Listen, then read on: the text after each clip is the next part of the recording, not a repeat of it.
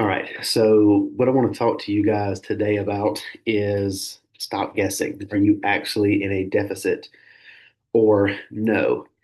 Because every week I hear the exact same thing. Well, I've been in a deficit for weeks, but the scale is not moving. I'm 100% on plan, and I don't get why I'm not losing fat. Or I'm stuck. Can we remove some food? Can we add in some cardio? Can we get things going a little bit faster? Right? That's typically what I hear. But the truth is, just because you think that you're in a deficit doesn't mean that your body is actually in one. So, today, what I want to talk to you guys about is we're going to cut through the confusion and teach you how to confirm if you're really in a caloric deficit and what to do if you're not seeing progress at all. So, first off, we need to establish what actually creates fat loss. So, fat loss requires a sustained energy deficit over time. Now, I want you to read that or listen to me hear that again. Fat loss requires a sustained energy deficit over time.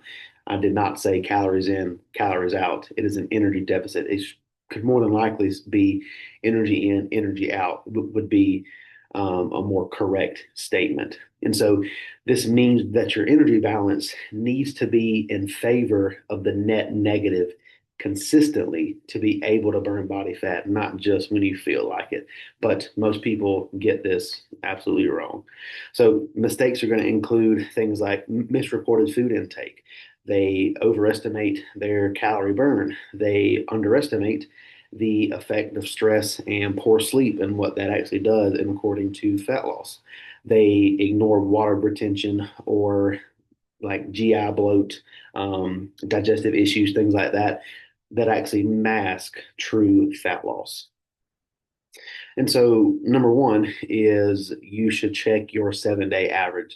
That is why that if you do not give me your 7 day average inside of the app, I'm going to ask you, hey, next week, please give me your 7 day average. Fat loss shows up as a trend, not just a daily drop. If you're giving me the weight that you had last Thursday to today, well, what happened in between this time frame, right? We don't know. If we weigh in daily, it needs to be done under the same conditions. And once you do that, you can calculate that 7 day average, which is what I do for you guys. Once you give me that 7 day average, and we compare this week to week, not day to day. And if your average isn't dropping across a 14 to 21 day span, then you probably need to reevaluate what you're doing. One thing that always just blows my mind is people that I know personally who will post a scale weight of them at the gym with clothes on. They just got done working out. They worked all day. They've had 6 meals, and they're like 2 pounds closer to 200 pounds. Well, you got to factor in the clothes that you have on your body, the shoes that you're wearing, all the water and the food that you drank up to that point. So really, that weight is not an accurate representation of your actual weight, right? That's why that I say that it needs to be done under the same conditions. And for you guys know that as soon as you wake up in the morning, step on the scale. Well, use your restroom, step on the scale, enter that into the app. That way, that it's consistent across day to day, week to week, month to month. That's going to be your best way to measure that.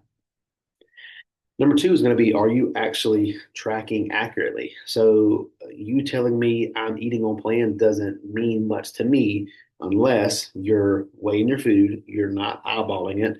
I even had a client at one point, we were working for 2 or 3 months together, and I told him to take a picture of his food on the food scale so I could make sure that he's weighing his food properly. And that's when I found out he had not had a food scale for the first 3 months of us working together. So weighing your food is really important. Logging everything. This goes from bikes to drinks to sauces that you use to a bite of your kid's cupcake, that handful of chips. Logging everything is very critical. Make sure that you're using accurate data, not just user-friendly inner data from MyFitnessPal. So one of the beefs that I have with MyFitnessPal is the ability for you to use other people's inner data that could be totally wrong. Like if you go on MyFitnessPal, type in grilled chicken breast, you'll probably get 800 results for grilled chicken breast. And why is that even a thing? There should just be one or two, right? But no, it's because if you enter something in MyFitnessPal and it's a user entered data entry, right? It doesn't matter if you put that a 4 ounce piece of chicken breast has 2 grams of protein or 200, it's going to save it in there. And if you use it, if you're not familiar with things like that, how are you know that you're tracking that food accurately? That's why that I prefer that you guys use Chronometer if you do use some kind of tracking metric, because that does not allow user entered data. It's specifically from USDA foods, sources, labels, things like that. And then if we look at things across the 7 day span, even a 200 calorie underestimation daily adds up to 1,400 calories a week, which is enough to halt fat loss. So if you're, every time that you walk by that work counter and you grab a small handful of almonds or a couple of chips from your coworker's bag or whatever, like all those things are going to add up across a week. So being sure that you log everything and you're using that accurate data along with weighing everything is really important, to be 100% sure that we're tracking everything accurately. Now, number three is, are you really burning that? And what I'm talking about here is you're using that calorie burn function on your Apple Watch or your smartwatch as a sign that you could eat more. So I know a ton of people who they walk into the gym, they go to their Apple Watch, they click start workout, and they don't stop working out until they hit 1,000 calories, right? You and I both know that arm session that you just did in 20, 30 minutes was not 1,000 calories burned, right? That does not justify you then going to McDonald's and picking something off the menu that's 1,000 calories, right? That's not how that works at all. A lot of the times, these wearable trackers are off by 20 to 40% as far as accuracy goes. Now, I do get you guys to use these as a tracking metric to measure your, calorie burn on like elliptical machines, Stairmasters, things like that. And the only reason that it's applicable there is because it's consistent. It may not be accurate, but it's consistent. So if we're using it to track something that we're just wanting consistent data with, then that's fine. But if you're using these as a metric to gain the right to eat more food, you're looking at it the wrong way. These results can really have a lot of variance. And if you've ever burned 1,000 calories in an arm session, you probably got 22-inch biceps. I mean, you probably got pretty big arms at that point. Um, I don't know. Number four is stress masking fat loss? This is a really big one.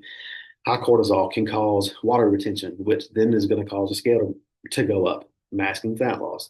Is your digestion disrupted, which is going to cause the scale to go up, masking fat loss. It's going to raise your blood glucose. It's going to flatten your fat loss out, even in a deficit. So one thing that you could look at is tracking your resting heart rate and then your heart rate variability across the day, and then sleep. If both are worsening as the days go on, that's definitely a red flag that you should look into and then start to instill some stress mitigation tactics at that point. Number five is, are you constipated? If you're not having regular bowel movements, or if you've introduced foods in your plan that causes bloating, your weight might be falsely elevated, even if fat loss is happening. So if you're intaking all this food and nothing is coming out the other end, you're probably constipated, and that scale weight is going to go up. And then at that point, when you're constipated and your body is not able to properly excrete waste, cortisol is going to go up as well too. So that's kind of a domino effect with that. If this is an issue, you need to fix digestion ASAP. And I'm actually putting up a post here in just an hour or so that's going to talk about digestion, and the common mistakes that people typically do when it comes to digestion, bloating, things of that nature. So don't assume that fat loss isn't working when you have a gut issue. So if you're in a fat loss phase and you're constantly bloated, you're constantly having irregular bowel movements, number one, we got to fix that first, because it could very well be masking your progress as far as as fat loss goes. Now, number six is another deficit again. So if you're chronically being in a deficit, this will lead to metabolic adaptation over time. You will eventually have lower thyroid output, lower T3, lower NEAT, fewer calories burned, higher hunger and fatigue, less compliance. So if you are experiencing, any of these right here, it may be time to enter that reverse diet or a refeed. And this is one of the biggest ones here is lower NEAT. If you're in a deficit, you're not going to feel like going to get those extra steps. You're going to park closer in the parking lot at Walmart. You're going to take the elevator instead of taking the stairs. Your body is going to naturally try to conserve as much energy as humanly possible, and that's how these fewer calories gets burned just because you just don't have the energy to do so. So that's one big thing to look out for as well too. So what do you do next? You probably could have guessed it. Perform a self audit. How do we know where we're at if we don't know where we're at to begin with? Um, Perform that self audit and recheck your food tracking.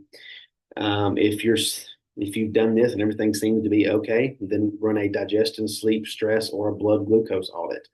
And the biggest thing is commit to a plan 100% for 7 days in a row. If we're really having an issue with something like digestion, blood sugar control, things of that nature, but you're constantly showing up to the check-ins with a 6 out of 10, 7 out of 10, 8 out of 10, 8 out of 10 in some cases, you're not giving yourself enough accurately paced data to make a good guesstimation of is this really the issue or is it actually the plan, right? If you can just commit to the plan 100% for 7 days, it's not that hard. I promise. It's really not that hard. But I've been doing it for years. Um, try 7 days and just see if any of these things get better. And if they do, then it's probably an adherence issue, is really what it boils down to. And then again, if no changes after 14 to 21 days and no signs of any health markers being skewed, you can increase that output and or decrease food intake as well too. So final thoughts on this is you can't manage what you can't measure. So again, going back to those 7 day weights in the app, right? If you give me last Thursday's weight and today's Thursday's weight, well, I can't measure anything in between here because I don't have any of it, right? So before you cut food again, do a system check and do a self audit. Don't guess your deficit. Prove it through making sure that your food is tracked accurately and that you're actually doing everything to a T. Follow a plan for 7 days in a row, and then if it doesn't change, act accordingly. Um, so that's my thoughts on that.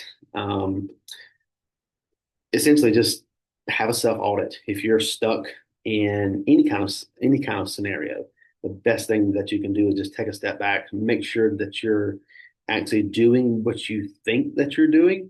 Um, because probably 9 times out of 10, you aren't close to where you think you actually are. Um, Anybody got anything to add to that or any questions or anything?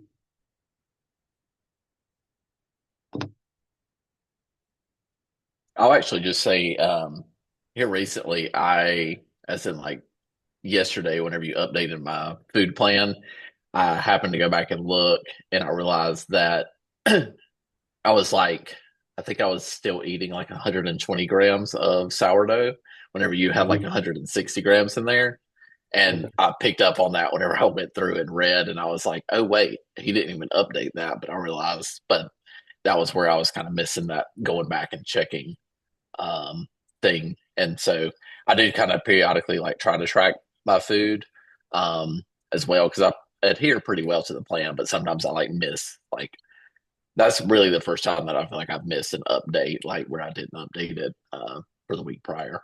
But Yeah, and kind of the way that I get or the way that I do it personally to make sure that doesn't happen with me is I make like a Excel sheet, like a Google sheet or whatever, and type in like meal one is this, 2 eggs with egg white, sourdough, whatever. And I print it from Monday to Sunday. And as I eat it, I just check it off. And so Yeah. at the end of the day, I know, all right, well, this box isn't checked. I didn't eat this. This box isn't checked. So I have to physically see it. But then again, when I get updates from my coach every week, I go in there as soon as I get the update, I change it in um, that printable sheet, and then print it out right then so I can have it Yeah. for the day. So and then if I look back across the 7 days, I'm like, why didn't I gain any weight this week? Oh, I missed a meal here. I missed a meal here. I didn't do this. I didn't do that. So it's like Yeah. it's a slap in the face because it's right here. So Yeah. Miss Roxanne, I seen you were going to ask a question. Yeah, what app did you say to use to track your food? Because you talked about it in your IG stories too, like if you go out to eat or something like that. Chronometer. Okay. Yep, it's I think it's CRONO meter. It's a little it's an apple with an arrow with a little arrow through it. Okay. And you can and don't buy the paid version, just get the free one. And you can actually go in there and adjust your macros, your personal macros instead of it generating your macros for you. So um, it's neat as every food in there is correct. There is no wrong food in there as far as I know. So Thank you.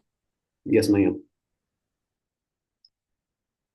Yeah. I'll just add to that. I definitely switched from my fitness pal to that whenever I started working with you because I definitely like for one, the user interface I feel like just was better, but then like the accuracy of it was, I wasn't scrolling for hours trying to find like the one that matched or whichever to Oh yeah, whatever yeah. I was eating. So Yeah, and that's one thing that I found with Chronometer is I mean there's not many options to really choose from, and I mean that's mhm, good. That's good yeah, for me. Like let's see if I hop on here now and I type in uh chicken breast. Let's see. I mean it gives me RES chicken breast. It doesn't give me many as far as if it's on my fitness pal, you could just scroll for days and days and days and days, and you have mhm, no idea. But and one good thing about Chronometer too is once you find one that you know is correct, just hold it and it'll save it to your favorites. You could just keep using it over and over and over, and that's what I do. So, Miss Rihanna or Dante, you guys got anything? Are you guys good?